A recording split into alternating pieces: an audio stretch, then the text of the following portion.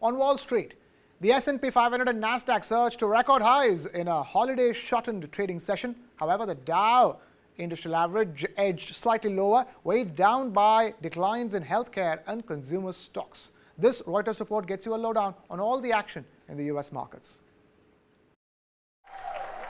The S&P 500 and Nasdaq posted record high closes in a holiday-shortened trading session Wednesday, as data pointing to a softening economy raised hopes the Federal Reserve could cut interest rates in September. The Dow finished down slightly, while the S&P 500 gained 0.5% and the Nasdaq climbed nearly 0.9%. Both the ADP employment report and weekly jobless claims data pointed to easing labor market conditions ahead of Friday's closely watched non-farm payrolls report. Investors boosted bets of a September rate cut to over 70%, according to LSEG's FedWatch.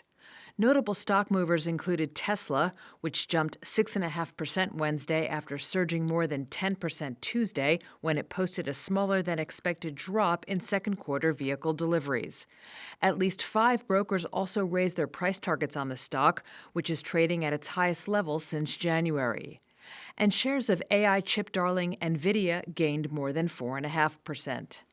Keith Buchanan, senior portfolio manager at Globalt Investments, said that with high-flying shares of mega-cap tech companies powering so much of the S&P, guidance from companies like NVIDIA will be key going forward. The success of the largest 10 names in the S&P 500, as they grow larger and have, again, powered the indices to, again, in a historic fashion, they become victims of their own success. And there's an increased microscope on every facet of the earnings trends and revenue from these companies, and very rightfully so. So be a laser focus on the trends from a guidance standpoint, even more so than this past quarter, how these companies feel about earnings and revenue going through the second half of 2024 and particularly into 2025.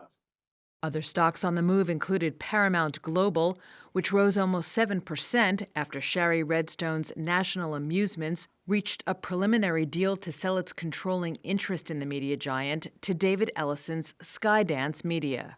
And shares of First Foundation slumped nearly 24% after the lender, which holds a huge portfolio of multifamily real estate loans, disclosed a $228 million unexpected capital raise. Markets will be closed Thursday for the July 4th holiday.